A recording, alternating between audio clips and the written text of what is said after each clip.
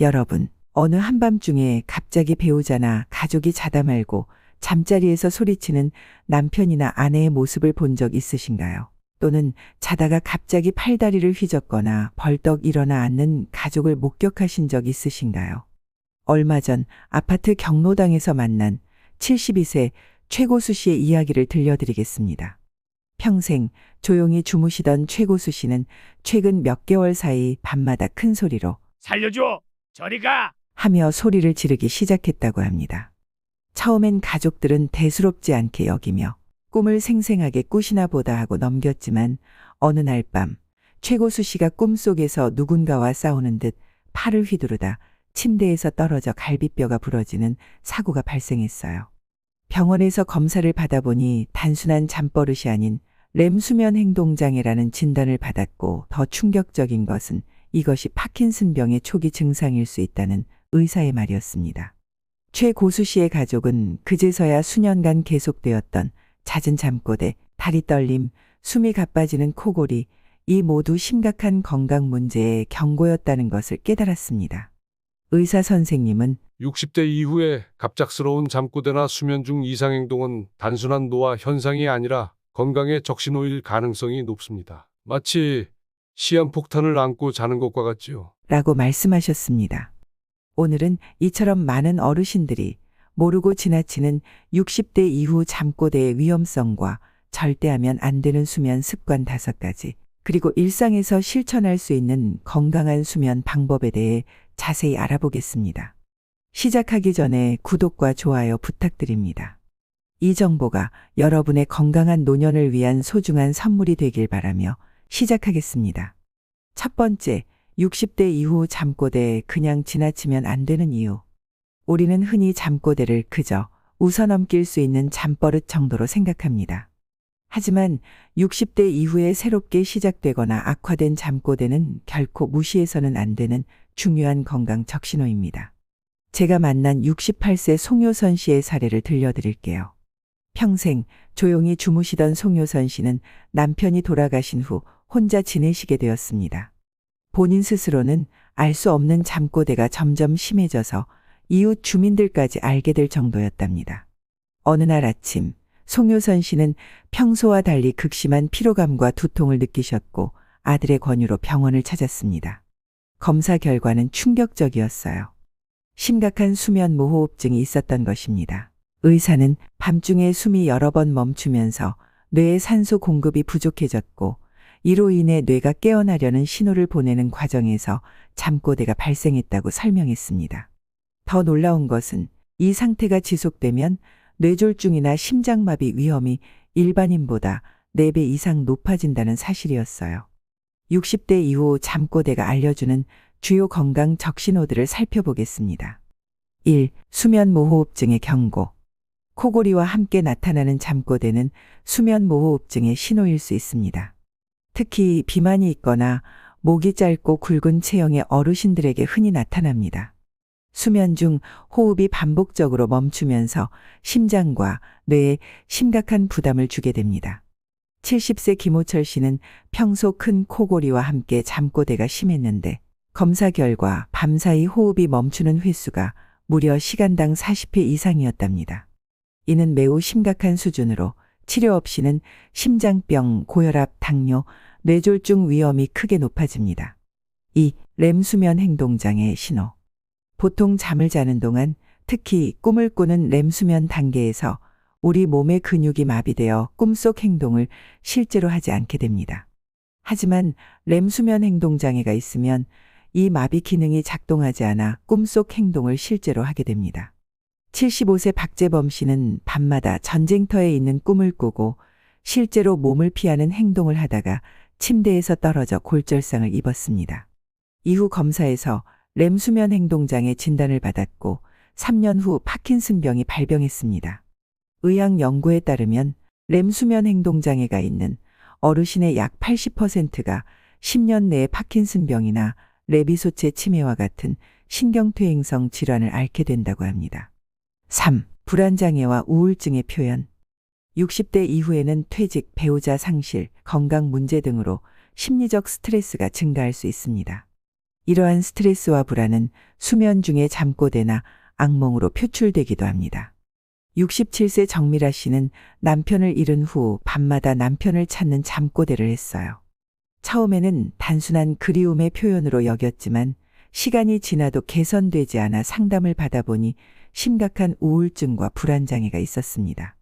적절한 심리치료와 약물치료 후 잠꼬대가 크게 줄었습니다. 4. 야간 발작의 가능성. 일부 어르신들의 잠꼬대는 실제로는 야간 발작의 한 형태일 수 있습니다. 특히 단순한 말이 아니라 이상한 소리를 내거나 팔다리의 경직, 의식 혼미 등이 동반된다면 뇌전증의 가능성을 고려해야 합니다.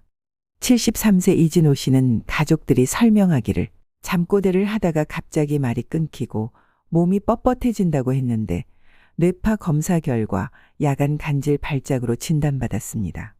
적절한 약물 치료로 증상이 크게 호전되었다고 합니다. 5. 약물 부작용의 신호. 여러 종류의 약을 복용하는 어르신들은 약물 간 상호작용이나 부작용으로 잠꼬대가 생길 수 있습니다. 특히 항우울제, 고혈압약, 파킨슨병 치료제 등이 수면 구조를 변화시켜 잠꼬대를 유발할 수 있습니다. 69세 최우선 씨는 고혈압 약을 바꾼 후 갑자기 잠꼬대가 시작되었는데 담당 의사와 상담 후 약을 조정하니 잠꼬대가 사라졌습니다. 약을 여러 종류 복용 중이라면 반드시 의사와 상담하여 수면에 영향을 주는지 확인해야 합니다. 두 번째, 60대 이후 절대 하면 안 되는 수면 습관 5가지. 나이가 들수록 수면은 더욱 소중해집니다. 건강과 인지 기능을 유지하는 데 필수적이기 때문이죠. 60대 이후 절대 피해야 할 수면 습관 5가지를 자세히 알아보겠습니다. 1. 장기간 수면제에 의존하기. 67세 정진호 씨는 퇴직 후 불면증으로 고생하다 의사의 처방 없이 약국에서 살 수 있는 수면 유도제를 복용하기 시작했습니다. 처음에는 잘 듣던 약이 점점 효과가 떨어져 용량을 늘리게 되었고 결국 의존성이 생겨 약 없이는 전혀 잠을 이루지 못하게 되었습니다. 어느 날 밤 평소보다 많은 양을 복용한 후 화장실에 가다가 심한 어지러움을 느껴 넘어졌고 고관절 골절이라는 큰 부상을 입었습니다. 병원에서는 노년기 수면제 사용은 낙상 위험을 3배 이상 높이고 치매 위험도 증가시킬 수 있다고 경고했습니다. 수면제는 일시적인 불면증에는 도움이 될 수 있지만 장기간 사용하면 의존성이 생기고 기억력 저하, 주간 졸림, 낙상 위험 증가 등 심각한 부작용을 초래할 수 있습니다. 불면증이 있다면 먼저 수면 위생을 개선하고 꼭 필요한 경우에만 의사와 상담하여 최소한의 용량을 단기간 사용하는 것이 좋습니다. 2. 잠들기 직전 스마트폰이나 TV 보기. 요즘은 70, 80대 분들도 스마트폰을 능숙하게 사용하시죠. 70세 이선희 씨는 잠들기 전 늘 스마트폰으로 뉴스를 보고 자녀, 손주들과 메시지를 주고받는 습관이 있으셨어요. 그런데 최근 들어 잠들기가 점점 더 어려워지고 밤에 자주 깨고 아침에는 더 피곤함을 느끼게 되셨습니다. 이선희 씨가 병원을 찾았을 때 의사는 스마트폰이나 TV 같은 전자기기에서 나오는 블루라이트는 수면 호르몬인 멜라토닌 분비를 억제해 수면의 질을 떨어뜨리고 특히 나이가 들수록 이런 영향에 더 민감해집니다라고 설명했습니다. 연구에 따르면 취침 전 블루라이트 노출은 잠드는 시간을 평균 20-30분 지연시키고 깊은 수면 단계를 감소시킵니다.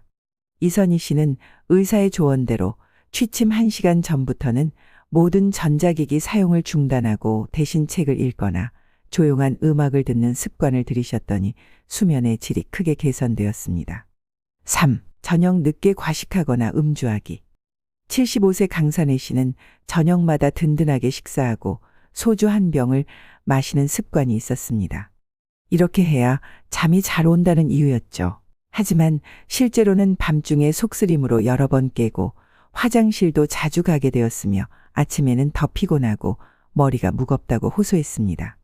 강산혜 씨는 건강검진에서 심각한 역류성 식도염과 간 수치 상승이 발견되었고 의사는 저녁 식사와 음주 습관을 바꾸지 않으면 건강이 더 악화될 것이라고 경고했습니다. 알코올은 초기의 졸음을 유발할 수 있지만 수면 주기를 방해하고 렘 수면을 감소시켜 수면의 질을 크게 떨어뜨립니다. 또한 늦은 저녁 과식은 소화불량과 역류성 식도염을 유발해 수면을 방해합니다. 취침 3시간 전에는 과식을 피하고 알코올은 가능한 줄이거나 피하는 것이 좋습니다. 4. 낮잠 과도하게 자기. 퇴직 후 시간이 많아지면서 68세 김수지 씨는 매일 오후 긴 낮잠을 자는 습관이 생겼어요. 처음에는 1시간 정도였지만 점점 늘어나 2시간이나 3시간씩 자게 되었습니다. 그 결과 밤에 잠이 오지 않아 밤새 TV를 보다가 새벽에 겨우 잠들고 아침에는 늦게 일어나는 악순환이 반복되었습니다. 김수지 씨는 수면 클리닉을 찾았고 전문의는 긴 낮잠은 체내 시계를 교란시켜 밤 수면을 방해합니다. 특히 노년기에는 이런 영향이 더 크게 나타납니다라고 설명했습니다. 적당한 낮잠은 오히려 인지 기능을 향상시키고 피로를 줄여주지만 길고 늦은 시간의 낮잠은 생체 시계를 방해해 밤 수면에 문제를 일으킵니다. 낮잠은 오후 3시 이전에 30분을 넘지 않게 하는 것이 좋습니다. 5. 규칙적인 운동 부족. 73세 박현수 씨는 평생 활동적으로 지내셨는데 무릎 통증이 생기면서 운동을 완전히 중단하셨어요. 그 후 밤에 잠을 이루기 어려워지고 잠을 많이 자고도 피곤하다고 호소하셨습니다. 몇 달 후에는 우울감까지 느끼게 되었습니다. 전문의와 상담 후 무릎의 부담이 적은 수영과 가벼운 실내 자전거 타기를 시작했더니 놀랍게도 수면의 질이 크게 개선되었습니다. 의사는 규칙적인 운동은 수면 호르몬 분비를 촉진하고 스트레스 호르몬을 감소시켜 수면의 질을 높입니다라고 설명했습니다. 연구에 따르면 규칙적인 유산소 운동은 수면 잠복기를 줄이고 깊은 수면 시간을 늘리며 밤중에 깨는 횟수를 감소시킵니다. 특히 나이가 들수록 적절한 운동이 더욱 중요해집니다. 무리한 운동이 아니라 걷기, 수영, 요가 같은 적절한 활동을 꾸준히 하는 것이 좋습니다. 단, 취침 직전 격렬한 운동은 오히려 수면을 방해할 수 있으니 저녁 식사 전까지 마무리하는 것이 좋습니다. 3번째, 건강한 수면을 위한 일상생활 실천사항. 이제 건강한 수면을 위해 일상에서 실천할 수 있는 방법을 알아볼까요? 작은 습관의 변화가 큰 차이를 만듭니다. 1. 수면 시간을 규칙적으로 유지하세요.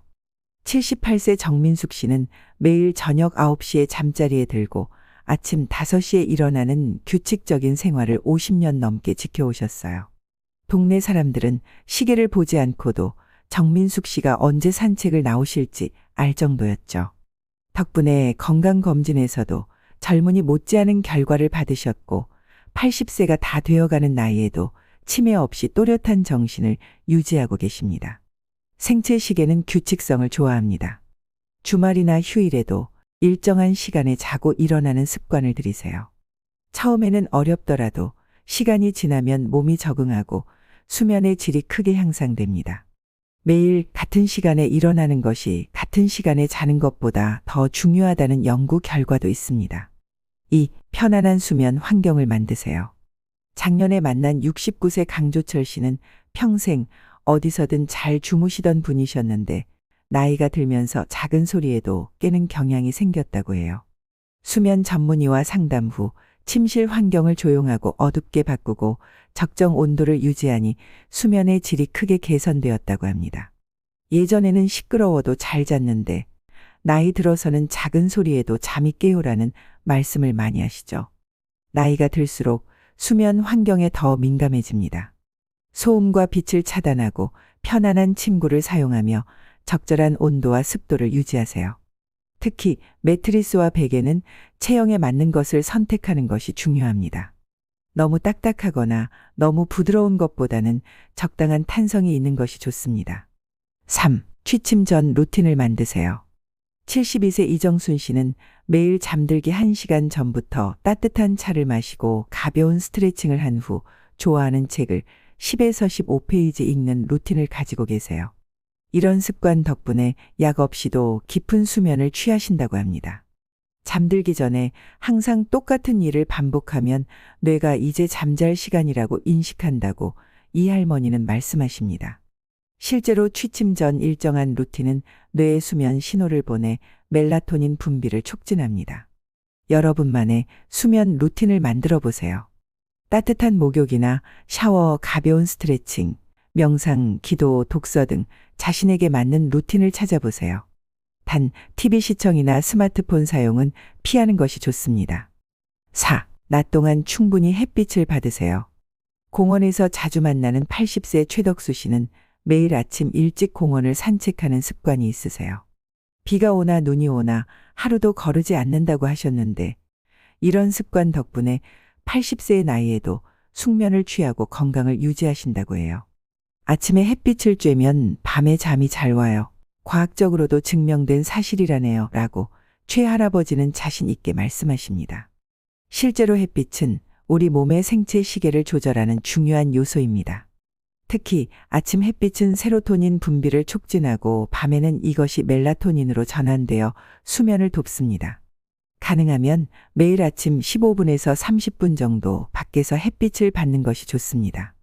특히 구름 낀 날이나 겨울에도 실외 활동을 하는 것이 중요합니다. 바깥 활동이 어렵다면 창가에 앉아 밝은 빛을 받는 것도 도움이 됩니다. 5. 식이요법을 개선하세요. 76세 서기훈 씨는 불면증에 시달리셨는데 영양사와 상담 후 식단을 바꾸셨어요. 저녁에는 카페인과 고지방 음식을 피하고 우유, 견과류, 바나나 등을 섭취하니 잠이 훨씬 개선되었다고 합니다. 커피 한 잔이 뭐 어때서라고 했는데 저녁 커피를 끊으니 정말 잠이 잘 오더라고요라고 서기훈 씨는 말씀하십니다. 카페인은 체내에서 분해되는데 5시간에서 7시간이 걸리므로 오후 2시 이후에는 커피, 녹차, 초콜릿 등 카페인이 함유된 음식을 피하는 것이 좋습니다. 식이요법은 수면에 큰 영향을 미칩니다. 저녁에는 가볍게 먹고 취침 3시간 전에는 식사를 마치는 것이 좋습니다. 수면을 돕는 영양가가 풍부한 음식을 적절히 섭취하세요. 현미, 바나나, 우유, 요구르트, 아몬드, 호두, 체리 등이 수면에 도움이 되는 식품입니다. 6. 스트레스 관리법을 익히세요. 퇴직 후 우울감을 느끼던 66세 윤대영 씨는 명상을 배우기 시작했어요.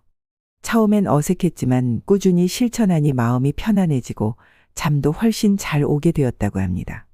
나이 들어 새로운 걸 배우는 게 창피하다고 생각했어요. 하지만 이제는 매일 아침 10분, 저녁 10분씩 하는 명상이 제 인생의 가장 소중한 시간이 되었습니다. 라고 윤대영 씨는 말씀하십니다. 스트레스와 불안은 수면의 최대적입니다. 특히 60대 이후에는 다양한 변화와 상실로 인한 스트레스가 수면에 큰 영향을 미칩니다. 명상, 심호흡, 점진적 근육 이완법 등 자신에게 맞는 스트레스 관리법을 찾아 실천하세요. 잠들기 전 걱정이 많다면 메모장에 적어두고 내일 해결할 일로 미뤄두는 것도 좋은 방법입니다. 이를 걱정 노트라고 하는데 머릿속 생각을 밖으로 꺼내놓으면 마음이 한결 가벼워집니다. 7. 수면 일기를 작성해 보세요. 한 달 동안 수면 일기를 써보니 특정 습관이 수면에 영향을 준다는 것을 알게 되었다는 71세 박미랄란 씨의 이야기도 있어요. 저녁에 TV로 스릴러나 범죄 프로그램을 보면 잠이 안 오고 따뜻한 우유를 마시면 잘 잔다는 패턴을 발견하셨죠. 내 몸이 뭘 좋아하고 싫어하는지 이제야 알게 되었어요. 나이 들어 더 현명해진 것 같아요. 라고 박할머니는 웃으며 말씀하십니다. 수면 일기는 자신의 수면 패턴을 이해하는 데 큰 도움이 됩니다. 언제 잠들고 일어났는지, 중간에 깬 적이 있는지, 그날의 활동, 식사, 기분 등을 기록해 보세요. 시간이 지나면 수면에 영향을 주는 요소들을 파악할 수 있습니다. 간단한 수면 일기 형식은 다음과 같습니다. 날짜, 취침 시간, 기상 시간, 수면 중 깬 횟수, 낮잠 여부와 시간, 그날의 식사와 음료, 운동 여부와 시간, 스트레스 요인, 전반적인 수면의 질. 이런 기록을 2주 정도만 해도 자신의 수면 패턴을 파악하는 데 큰 도움이 됩니다. 마지막, 전문가의 도움이 필요한 때. 지금까지 건강한 수면을 위한 여러 방법을 알아봤지만 다음과 같은 경우에는 반드시 전문가를 찾아야 합니다. 1. 수면 모호흡 의심 증상. 큰 소리로 코골이를 하고 숨이 멈추는 것을 가족이 목격했거나 아침에 두통과 심한 피로감을 느낀다면 수면무호흡증을 의심해 볼 수 있습니다. 수면무호흡증은 치료하지 않으면 고혈압, 심장병, 뇌졸중 위험을 크게 높입니다. 71세 최호재 씨는 심한 코골이로 10년간 별도 침실에서 주무셨는데 어느 날 아내가 우연히 남편의 숨이 여러 번 멈추는 것을 발견했습니다. 검사 결과 중증 수면무호흡증으로 진단받고 양압호흡기 치료를 시작한 후 수면의 질이 크게 개선되었고 혈압도 안정되었습니다. 2. 렘 수면 행동장애 의심 증상. 잠꼬대와 함께 몸을 심하게 움직이거나 폭력적인 행동을 하는 경우, 특히 꿈의 내용대로 행동하는 증상이 있다면 렘 수면 행동장애를 의심해 볼 수 있습니다. 이 질환은 파킨슨병이나 레비소체 치매의 초기 증상일 수 있어 조기 발견이 중요합니다. 68세 이진철 씨는 밤마다 전쟁 꿈을 꾸고 소리를 지르며 팔을 휘두르다 아내에게 우발적으로 상처를 입힌 후 병원을 찾았습니다. 렘 수면 행동장애 진단을 받고 약물 치료를 시작했으며 동시에 신경과 검진을 통해 초기 파킨슨병 징후를 발견하고 조기 치료를 시작할 수 있었습니다. 3. 하지불안 증후군 의심 증상.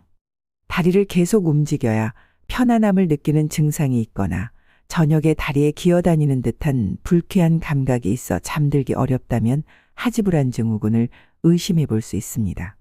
73세 박모선 씨는 수년간 다리가 안절부절 못해 잠을 이루기 어렵다고 호소했지만 주변에서는 나이 들면 다 그렇다며 대수롭지 않게 여겼습니다. 결국 전문의를 찾아 하지불안 증후군으로 진단받고 철분제와 약물 치료를 시작한 후 증상이 크게 호전되었습니다. 4. 불면증 지속. 2주 이상 잠들기 어렵거나 자주 깨거나 너무 일찍 깨는 증상이 지속되고 일상생활에 지장을 준다면 전문가의 도움이 필요합니다. 69세 김호중 씨는 아내를 잃은 후 6개월 넘게 심한 불면증에 시달렸지만 남자가 약해 보인다는 생각에 병원을 찾지 않았습니다. 결국 심한 우울증으로 발전해 일상생활이 불가능해진 후에야 도움을 구했습니다. 적절한 상담과 약물 치료로 지금은 건강을 회복하셨지만 더 일찍 치료를 시작했다면 고통의 시간을 줄일 수 있었을 것입니다. 5. 과도한 주간 졸림. 충분히 자고도 낮에 과도한 졸음을 느끼거나 운전 중이나 대화 중에 갑자기 잠드는 증상이 있다면 전문의의 진료가 필요합니다. 70세 이희선 씨는 밤에 7시간에서 8시간을 자고도 낮에 계속 졸려 TV를 보거나 밥을 먹다가도 갑자기 잠드는 증상이 있었습니다. 검사 결과 기면증으로 진단받고 적절한 치료를 시작한 후 증상이 크게 개선되었습니다. 이런 증상들은 단순한 수면 문제가 아닌 심각한 건강 문제의 신호일 수 있습니다. 정기적인 건강검진에서 수면 문제도 꼭 상담하세요. 의사와 상담할 때는 배우자나 함께 사는 가족의 관찰 내용도 중요한 정보가 될 수 있으니 가능하면 함께 방문하는 것이 좋습니다. 여러분, 오늘 60대 이후 잠꼬대를 주제로 노후의 수면 건강에 대해 이야기해봤습니다.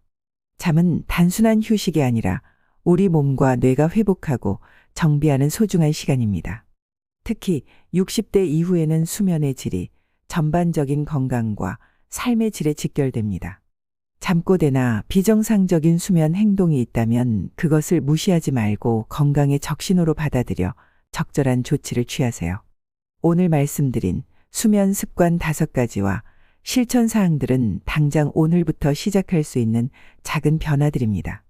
모든 것을 한꺼번에 바꾸려 하지 마시고 하나씩 천천히 실천해 나가세요. 작은 변화가 모여 큰 차이를 만듭니다. 밤에 잘 자는 것이 낮에 건강하게 사는 비결이다라는 말이 있습니다. 건강한 수면으로 활기찬 생활 하시길 진심으로 바랍니다. 영상이 도움이 되셨다면 구독과 좋아요 그리고 주변 분들에게도 공유해 주세요. 여러분의 수면 습관이나 경험도 댓글로 올려주시면 다른 분들께도 큰 도움이 됩니다. 다음 영상에서 더 유익한 정보로 찾아뵙겠습니다. 삶의 지혜였습니다. 감사합니다.